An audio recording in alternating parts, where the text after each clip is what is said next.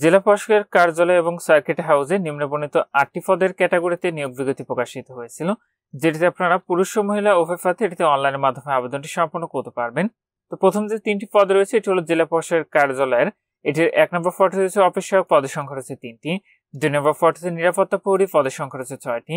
3 নম্বর পদে হচ্ছে পরিচ্ছন্নতা কর্মী, পদের সংখ্যা রয়েছে 1টি। এবং পরবর্তী যে 5টি পদের ক্যাটাগরি রয়েছে এটি হলো রংপুর, এটি হলো সার্কিট হাউসের। এটির 1 নম্বর পদে রয়েছে বেয়ারার, পদের সংখ্যা রয়েছে 3টি। 2 নম্বর পদে রয়েছে বাবুর্চি, পদের সংখ্যা রয়েছে 2টি। 3 নম্বর পদে হচ্ছে সহকারী বাবুর্চি, পদের সংখ্যা রয়েছে 1টি। 4 নম্বর পদে হচ্ছে পরিচ্ছন্নতা কর্মী, পদের সংখ্যা রয়েছে 1টি। এবং 5 নম্বর পদে হচ্ছে মালি, যেটিতে পদের সংখ্যা রয়েছে 1টি। তো নিয়োগ বিজ্ঞপ্তিটি ছিল জেলা প্রশাসকের কার্যালয় রংপুরের এবং রংপুর সার্কিট হাউসের। এটিতে আপনারা শুধুমাত্র রংপুর জেলার স্থায়ী বাসিন্দারা কিন্তু আবেদনটি করতে পারবেন।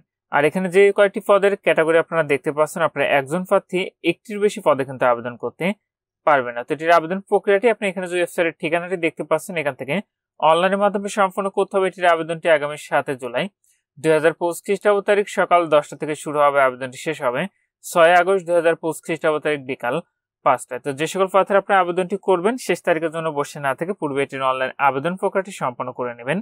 তো এটিতে আবেদনের ক্ষেত্রে আপনার যে পরীক্ষার ফিটি নির্ধারণ করা হয়েছিল সেটা হলো 56 টাকা, যেটা আপনি টেলিটক প্রিপেড মোবাইল নাম্বার থেকে SMS এর মাধ্যমে খুব সহজে ফিটি পরিশোধ করতে পারবেন। আপনাদের প্রবেশপত্র প্রাপ্তির বিষয়টি পরবর্তী আপনার মোবাইলে SMS এর মাধ্যমে জানিয়ে দিবে। তখন আপনার নির্ধারিত এই ওয়েবসাইট থেকে খুব সহজে আপনাদের প্রবেশপত্র কিন্তু ডাউনলোড করে নিতে পারবেন। আর এটিতে আবেদন আপনার যে সকল প্রার্থীর বয়স 7 জুলাই 2025 খ্রিস্টাব্দ তারিখে সর্বনিম্ন 18 বছর এবং সর্বোচ্চ 32 বছরের মধ্যে রয়েছে, আপনার সে সকল প্রার্থীরা এটিতে আবেদনটি করতে পারবেন।